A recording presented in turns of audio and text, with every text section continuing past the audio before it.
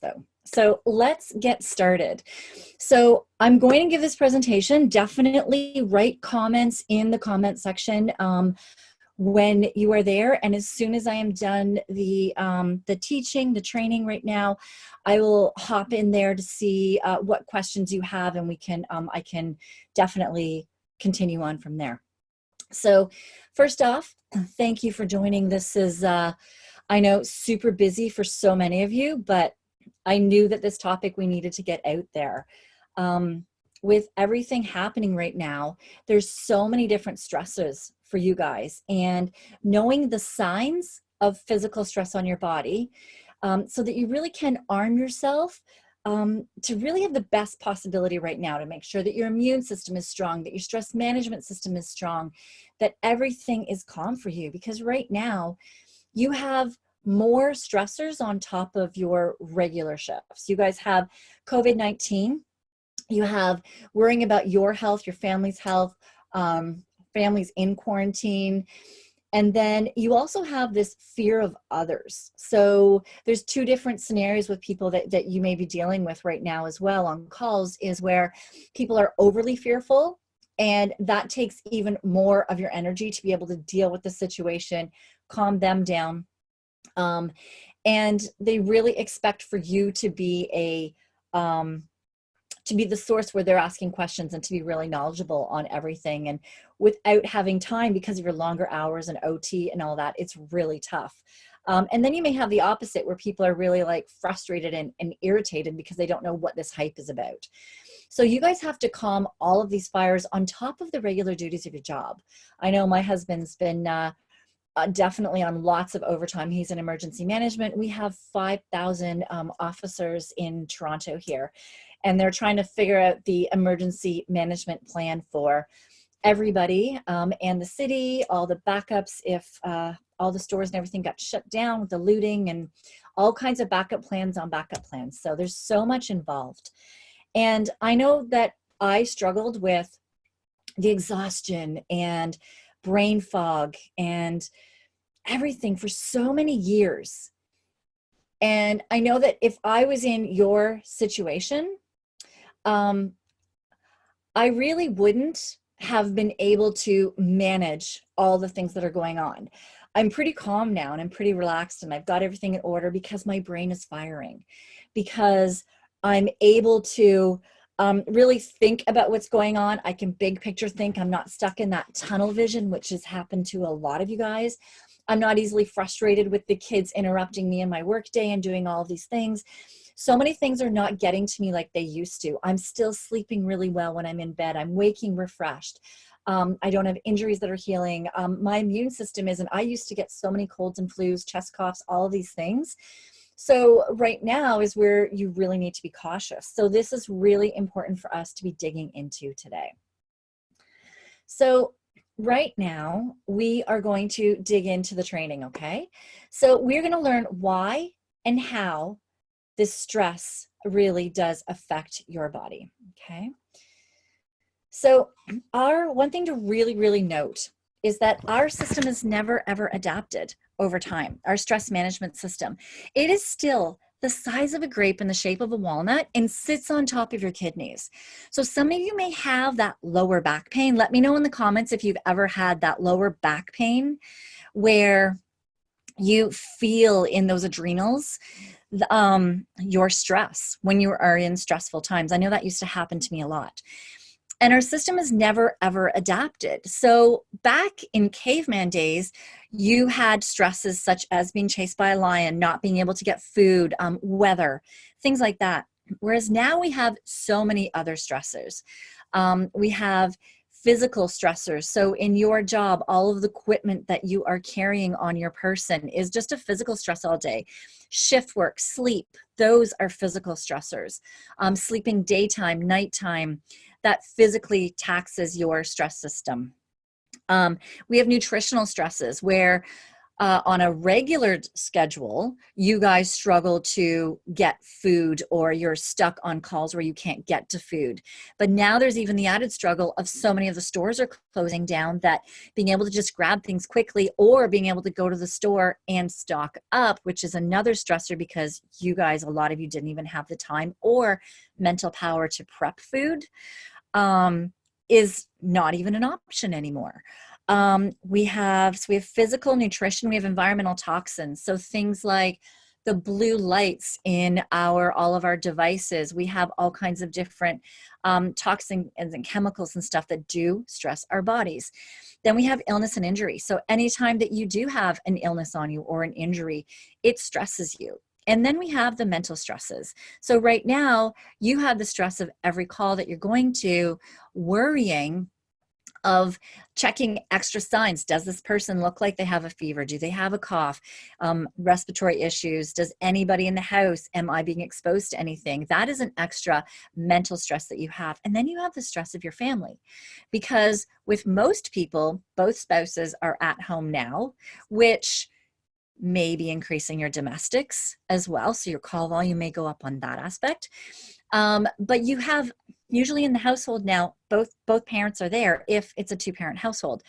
But with you, your spouse is at home with the kids or on their own. And I was speaking to a gentleman yesterday, we're just having that stress as well.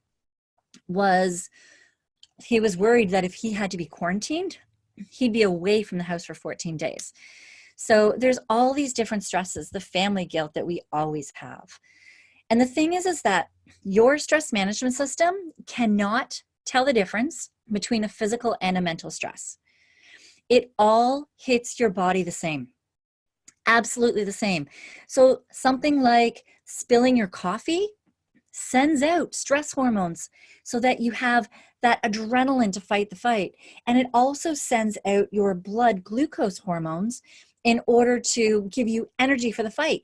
You clean up the coffee, and then it has to clean up all those hormones. So it's the same as when you do rush to a 911 call. It's the same as now, as you're going to work, you're stressing about the fact that you are a higher risk for contamination is not the word, for getting COVID-19. Gosh, I need to think of my words here. So it's really important for you right now to understand that your stress has gone up, not just mentally, but also physically. The extra overtime is also pushing your body. Your body cannot tell the difference. It all hits it the same. And because we're all hit the same as well, from every single stress, it's hard to link everything together. And there are 50 different hormone responses that your adrenals are in charge of. Those little grape-sized things are in charge of 50 different hormone responses. Your blood pressure, blood sugars, waking, sleeping, digestion, cholesterol, moods, inflammation, cognitive thinking, thyroid, gallbladder, motivation, your thyroid, stress, and energy. There's so many. It can affect all of your organs. It's in charge of the function of all your organs. So I said gallbladder, but we also have your liver, your kidneys. You may find that you may be going to your doctor for gallbladder issues, which is very common in nurses. You may find that you're going to, that your colleague has blood pressure issues, and another colleague may have digestion issues. Somebody else's, most of you have sleep issues where your sleep hormone doesn't know when to turn on and your waking hormone doesn't know when to turn on or off. So you're sleeping and no energy. And all of these 50 hormones hit us, or they all get taxed. But the thing is it depends on our genetics. It depends on our environment. It depends on what stresses we're taking on. Depends on what order they hit each of us individually, the intensity of each, and the time space between new ones coming on. So we may go to our doctor and say, hey, I'm struggling with sleep. Whereas somebody else, or then the next time you may go and complain about your digestion. And quite often, because they're so spread apart and they're talked separately, that nobody is linking them together. So the signs and symptoms that come out of this, these are the most frequent ones that I hear of with you guys. There are definitely a huge slew of them. So let me know as well in the comments which ones you have, okay?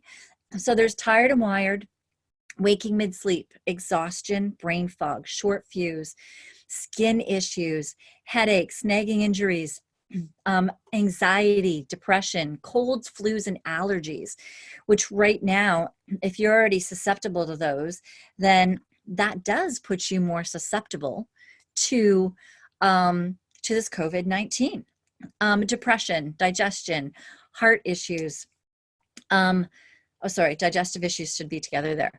So really, there's so many different ones. You could be, as I said, blood pressure issues, cholesterol. There's all kinds of issues that you could be having that, and nobody really links them together. So it's really important to understand that, just first off, to be able to link them so that you know if you are feeling any of these and they're starting to get worse right now, then that is telling you that your stress system is not able to handle where it's at. I'll stop sharing this right now, and then you guys can, I'll just chat to you a little bit more about this. I'm going to check the Facebook group and see if you guys have any questions based on that. But I do want to let you know that with this as well, you have, knowing that these symptoms are there is the first thing.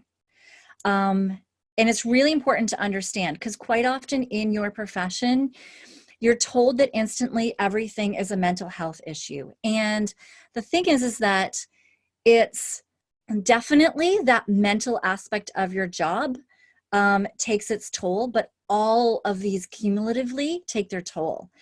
And they can actually extend past these symptoms into autoimmune diseases and cancers. So it's really important to understand that, like, why you have these symptoms, and then really take note of how they're getting worse or better, and what things you're doing to make them better. You may find that we're told that eating and working out is really supposed to, eating and working out is supposed to make it all better. But if your system is so taxed, working out might actually be stressing out your body. So take note too, if you're working out, do these symptoms increase on you as well? So I'd like to leave that with you. Alexander, you're welcome. My pleasure. I thought this was really important for you guys to hear. Definitely write in the comments if any of these symptoms are affecting you. And just know that there is a way that we can really reverse them all. I've reversed mine, reversed my son's. Sorry. I've reversed my son's, I've reversed mine. And everybody as well in my 911 Lead Performance Program. So there is a way to reverse it, just so you know, and we can help. So just let me know, and we are here to help you.